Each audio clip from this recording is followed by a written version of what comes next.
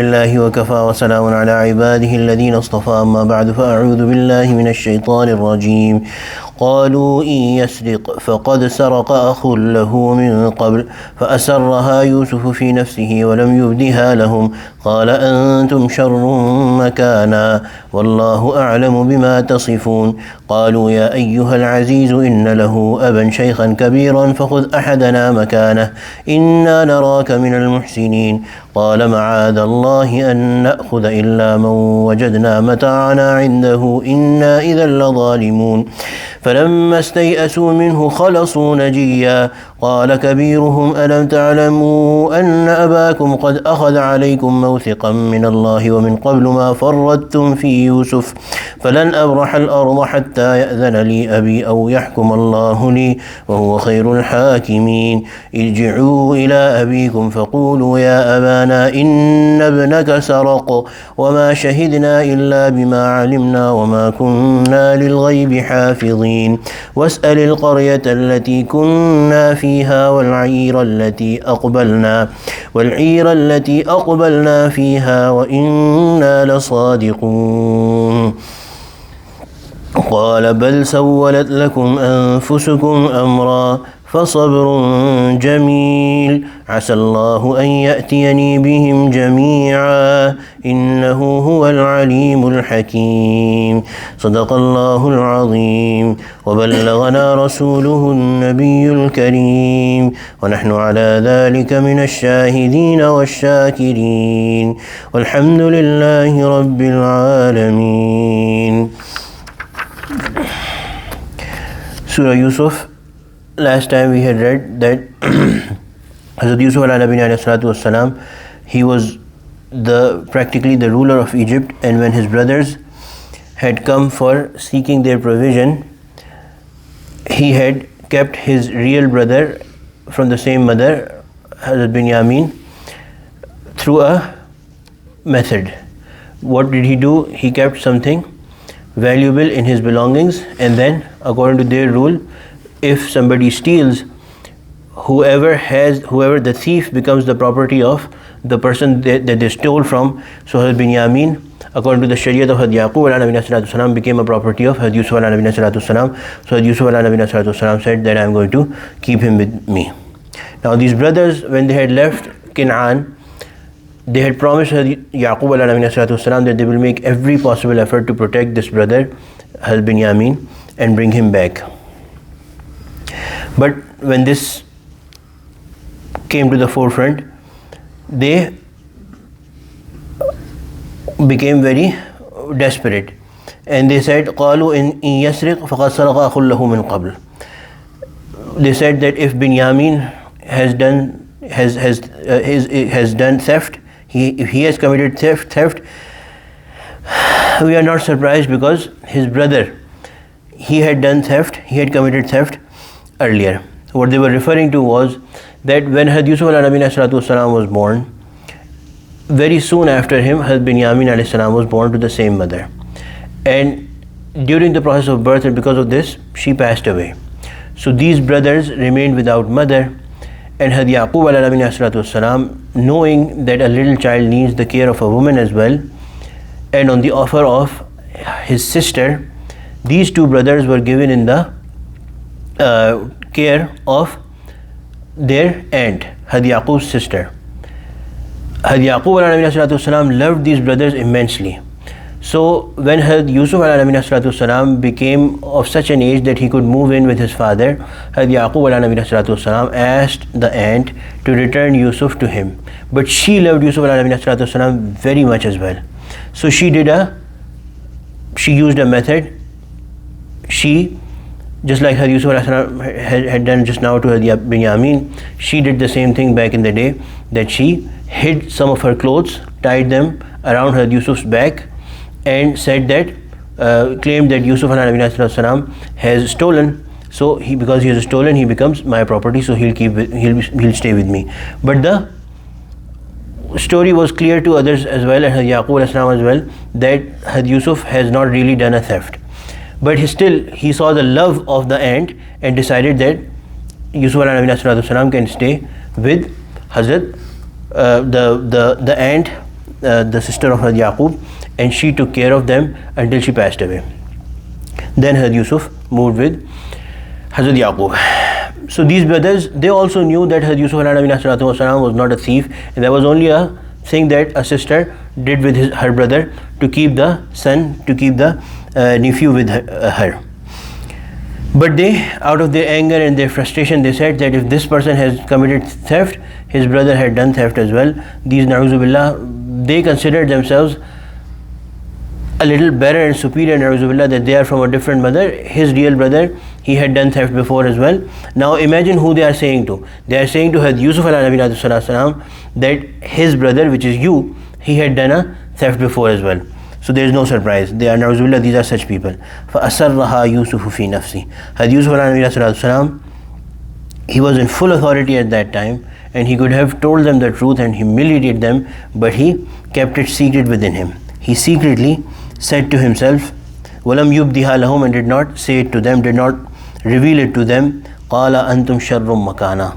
He said that you are even worse in this position. He said to himself, he thought to himself that you are even worse in this position. Allahu Akbar. You are accusing two brothers of theft, and both of them did not really do that theft, and those were thefts of petty things, worldly things. You have done a theft of a person.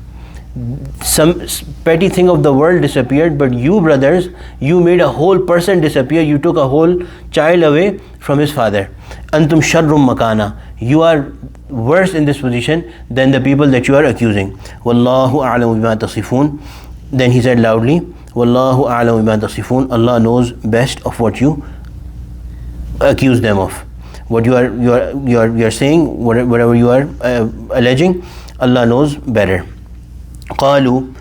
Then these brothers, when they saw that Binyamin, they are not going to let Binyamin go, they talked to each other and then presented an offer. Qalu ya ayyuhal aziz, O Aziz, O King, inna lahu aban shaykhan kabira. This child has a father, aban shaykhan kabira. He is a very old. Shaykh literally in Arabic means old person. Kabira, very old person. Fakhudh ahadana makana. Hold one of us, capture one of us in his place. Inna naraka minal muhsinin. We see that you are among the kind ones. We see that you are a kind person. So imagine the condition that Allah subhanahu wa ta'ala put these brothers in. At one place they are accusing the same person of theft unknowingly, and then they are also saying Inna naraka minal muhsinin. We see you among the good doers, and they are begging him for something. Qala, Hadith said, Ma'adallah, I seek refuge in Allah subhanahu wa ta'ala. A'udhu billah. What a foul thing you have suggested. An na'khudha illa man wajadna mata'ana indahu inna idhal ladhalimun. You are telling me that you see me among the muhsinin.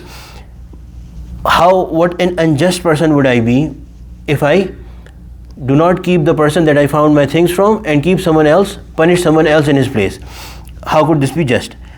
So basically I cannot do it. I do not want to be among a zalim, unjust person. فَلَمَّا اسْتَيْأَسُوا مِنْهُ خَلَصُوا نَجِيًّا. When they lost hope in him, they went aside for consultation. قَالَ كَبِيرُهُمْ.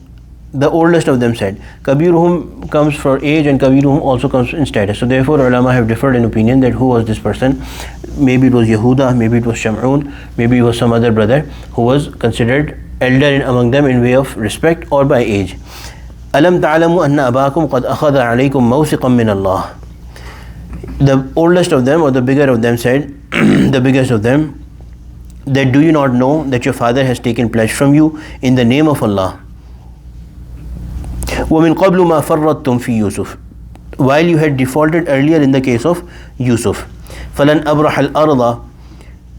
So I shall never leave this land. I am not going to leave this earth, basically Egypt, حَتَّى يَأْذَنَ لِي أَبِي, until either I get permission from my father, أَوْ يَحْكُمَ اللَّهُ لِي, or Allah decides about me. وَهُوَ خَيْرُ الْحَاكِمِينَ, and he is the best of all judges. So he basically said that I am going to not go until my father says that I can come back, or Allah makes a way that I am somehow able to take Binyamin with me. Irji'u ila abikum, return to your father, faqulu, and tell him, Ya abana, O our father, inna ibnaka saraq, for sure your son has committed theft. وَمَا شَهِدْنَا إِلَّا بِمَا عَلِمْنَا, and we did not testify except what we knew. وَمَا شَهِدْنَا إِلَّا بِمَا عَلِمْنَا, whatever we testify, it is basically based on our knowledge. So whatever we knew, we testified and made a pact with you. وَمَا كُنَّا لِلْغَيْبِ حَافِظِينَ, and we could not guard against the unseen, so we did not see it coming that Binyamin, na'udhu billah, would commit theft. وَاسْأَلِ الْقَرْيَةَ الَّتِي كُنَّا فِيهَا, ask the people of the town in which we have been. So there was other people at that time. You can ask the people of Egypt. وَالْعِيرَ الَّتِي أَقْبَلْنَا فِيهَا, and the caravan with which we have come. So they had presumably other people who had gone from Canaan and come back to get their provision from Surah Yusuf. So ask them, وَإِنَّا لَصَادِقُونَ, undoubtedly this time they said we are truthful. In that case of Surah Yusuf, they had said that even if we were truthful, you would not believe us. This time they said for sure we are sadiqun, وَإِنَّا لَصَادِقُونَ, strongly they said that we are among the truthful. Hazrat Yaqub alayhi salatu wasalam, imagine his condition. May Allah subhanahu wa ta'ala keep us away and protected from all sorts of trials and tribulations. But he has lost one son and now he has lost another son, and these people are telling him, Qala, Hazrat Yaqub said, Bal sawwalat lakum anfusukum amra, he said the same thing, that you have, he assumed that this time again they have made something up, just like they had done at the time of Yusuf alayhi salatu wasalam, and said the same thing, for sabrun jameel, patience is best for me. For sabrun jameel, patience is best. Asallahu, and then from inside him there was something that's going on. Maybe Allah was putting it in his heart and mind, that he was saying, An ya'tiyani bihim jami'a, maybe it will be that Allah will bring them all together. So he was still in the hope that he would find Hazrat Yusuf alayhi salatu wasalam, although almost more than 30 years had passed. Innahu huwal alimul hakim.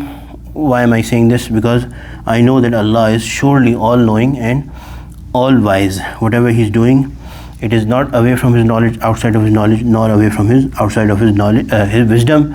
So whatever Allah is doing, Allah can do anything. Allah is fully knowledgeable, fully wise. He can even bring them together. وَتَوَلَّى عَنْهُمْ, and because he was in such a sorrow, his eyes turned, he turned away from them. وَتَوَلَّى عَنْهُمْ وَقَالَ, and said, Ya asafa ala Yusuf.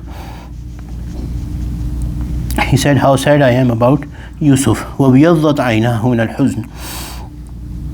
Allah is saying that his eyes had turned white with sorrow. مِنَ الْحُزْنِ وَهُوَ كَظِيمٌ, and he was controlling himself, he was suppressing his anger and his sorrow. Being a Nabi of Allah subhanahu wa ta'ala, he was showing something that's called zabt, something that's called holding yourself together no matter what the situation is. And the ulama have written that Hazrat Yaqub alayhi salatu wasalam had really become blind because he had cried so much that his eyes had lost the capacity to see. Inshallah, we'll continue this tomorrow. ربنا تقبل منا إنك أنت السميع العليم وتب علينا إنك أنت التواب الرحيم. اللهم اجعلنا من أهل القرآن الذي أهلكه خاصتك. اللهم إنا نسألك العفو والعافية والمعافاة الدائمة في الدين والدنيا والآخرة. إنا نسألك تمام العافية ونسألك دوام العافية ونسألك الشكر على العافية ونسألك الغنى عن الناس ولا حول ولا قوة إلا بالله العلي العظيم. صلى الله تعالى على خير خلقه سيدنا ومولانا محمد وعلى آله وأصحابه أجمعين. آمين برحمتك يا أرحم الراحمين.